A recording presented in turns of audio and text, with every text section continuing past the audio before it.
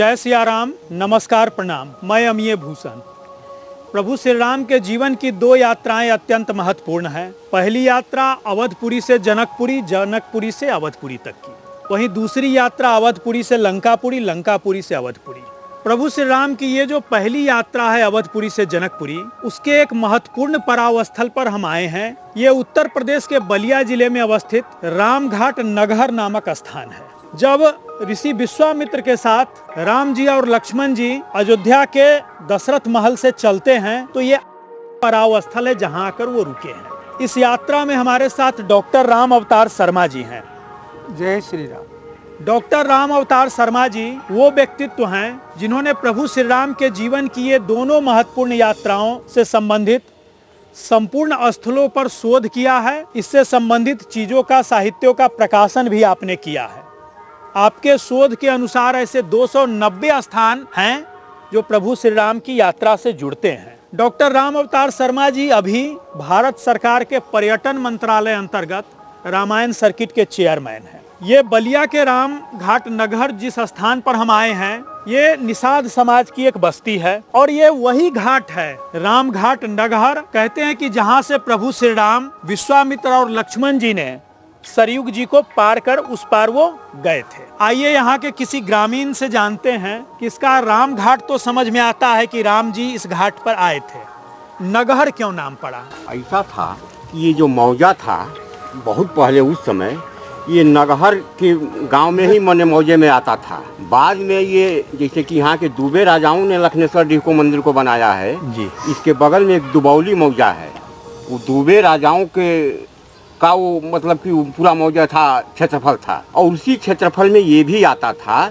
इसलिए प्राचीन समय में ये जो है नगहर रामघाट में आ गया है और वही चला जा रहा है। आइए यहाँ के मंदिर को आपको दिखाते हैं और यहाँ के अपने लोगों से बात करते हैं, फिर डॉक्टर साहब का भी हम लोग मंतव्य जानेंगे। ये रामघाट नगहर जो है जी डॉक्टर साहब, ये आपने जो शोध किया है जी, उसके हिसाब से भी एक महत्वपूर्ण पड़ाव स्थल है। जी जी। आपके शोध का आधार रामचरितमानस और वाल्मीकि रामायण है। जी जी। कुछ यहाँ से संबंधित आप इस पर बताएं। जब भगवान राम विश्वामित्र जी के साथ और लक्ष्मण भाई के साथ अयोध्या जी से चले तो जितने पड़ाव आपने बताए उन सबको पार करते हुए यहाँ आए। यहाँ से थोड़ी दूर पहले जब सरयू जी के किनारे किनारे राम जी चल रहे थे तो यहाँ बहुत जोर का शोर हो रहा था। तो भगवान राम ने विश्वामित्र जी से पूछा ये शोर किस चीज का है? तो उन्होंने बताया यहाँ दो नदियों का संगम है, यहाँ सरयू जी और गंगा जी का संगम है। जब दो नदियों का जल संघर्ष करता है तो उससे आवाज पैदा होती है और वही संगम का शोर आपको सुनाई दे रहा है। राम जी सरयू माँ के किनारे किनारे आए हैं। अब इसको तथाकथित जो विद्वान लोग हैं वो इसे टॉन्स कहते हैं, तमसा कहते हैं। वास्तव में ये सरयू जी ही है। यहाँ से राम जी ने गंगा जी पार की है क्योंकि वो सरयू जी के उस तरफ से थे, तो गंगा जी पार की है और यहाँ उन्होंने रात्रि विश्राम भी किया। यहाँ सरयुग और गंगा का पुराना संगम यही जो इन दिनों अभी बिहार के सारण जिले अंतर्गत आता है। सरयुग गंगा संगम जी आमी मंदिर के थोड़ा पास वो चिड़ांद में जो वो पहले यही वो स्थल हुआ करता था। संगम पहले गंगा त्रेता काल में यही था। और एक और अद्भुत बात, यहाँ के केवट समाज ने तीनों को गंगा पार करवाई थी। हम एक बार गांव में गए थे, आपके गांव में, यही बात करने के लिए। तो यहाँ के लोगों ने कहा कि भाई जिस केवट ने गंगा जी पार करवाई श्रृंगवेरपुर से, उसको तो सब पूछते हैं, हमें कोई नहीं पूछता है और ये जायज है कि आपने भी गंगा पार करवाई, आपको कोई क्यों नहीं पूछता। तब हमने यहाँ के जो मुख्य पुजारी हैं उनको भगवान राम के जहाँ जहाँ चरण पड़े उन सब जगह की पावन माटी से इतने बड़े भगवान राम के चरण चिन्ह भेंट किए थे और आपको जानकर प्रसन्नता होगी वो चरण आपके यहाँ इस मंदिर में विराजे, आज भी विराजे। एक चीज और देख रहा हूँ डॉक्टर साहब और यहाँ के ग्रामीण लोग भी हैं, इस मंदिर का, राम जी के इस मंदिर का नाम बड़ा सुंदर है, भगवान गुहराज निषाद मंदिर। तो निषाद राज गुह के विषय में जो चर्चा आती है, खासकर बांग्ला का जो कृतिवास रामायण है बांग्ला भाषा का जी, उसमें जिक्र आता है कि राम जी की पहली जो यात्रा है वो पिता दशरथ के साथ तीर्थों की यात्रा है, गंगा जी की यात्रा है जी। उस यात्रा में जब भगवान श्री राम चारों भाई जब जाते हैं दशरथ जी के साथ तो उसमें तीर्थों का सेवन करते हैं, स्नान करते हैं और उसी के दौरान प्रभु श्री राम का निषाद राज गुह से भेंट होता है और बचपन में ही वो दोनों की मित्रता स्थापित होती है जो पूरे जीवन पर्यंत चलती है।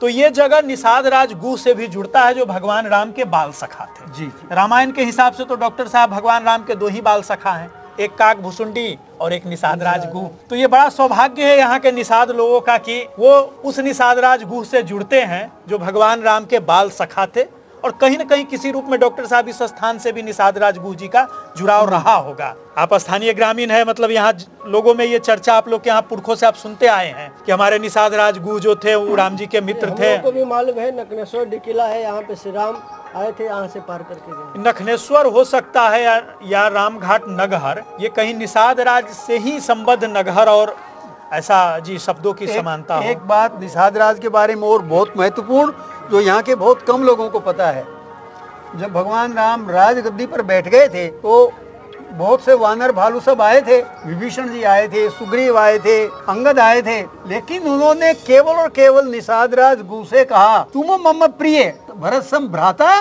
सदा रहो पुर आवत जाता, कि मतलब तुम भरत के समान मुझे प्रिय भाई और तुम सदा मेरे यहाँ आ सकते हो, आते रहो, तुम्हारा हर बार स्वागत। यहाँ और किसी से नहीं कहा जी, केवल और केवल निषाद राज से कहा जी। तो ये मतलब अनुमान लगाया जा सकता है भगवान राम का निषादों से कितना प्रेम था, केवल उनको का जी। एक और बड़ा सुंदर रामचरितमानस की चौपाई डॉक्टर साहब देख पा रहा हूँ, चौसाई हम सब धन्य सहित परिवारा, देखी नयन भरी दशरथ तुम्हारा। मतलब ये भी कह रहे हैं कि दशरथ के पुत्र राम जी को देख करके इनके नयन भी तृप्त हुए होंगे, जो उस समय के यहाँ रामघाट नगर के जो निवासी रहे होंगे। तुलसी बाबा ने ऐसा विचार करके रामचरितमानस में लिखा है जी कि आपके पूर्वजों के नयन जो है राम जी को देख करके तृप्त हुए होंगे, उन्हें प्रसन्नता और खुशी महसूस हुई होगी। एक बात और, हम सब लोग धन्य हैं कि हमारे पूर्वजों ने न केवल भगवान के दर्शन किए, उनकी सेवा की और उनको गंगा से पार भी किया।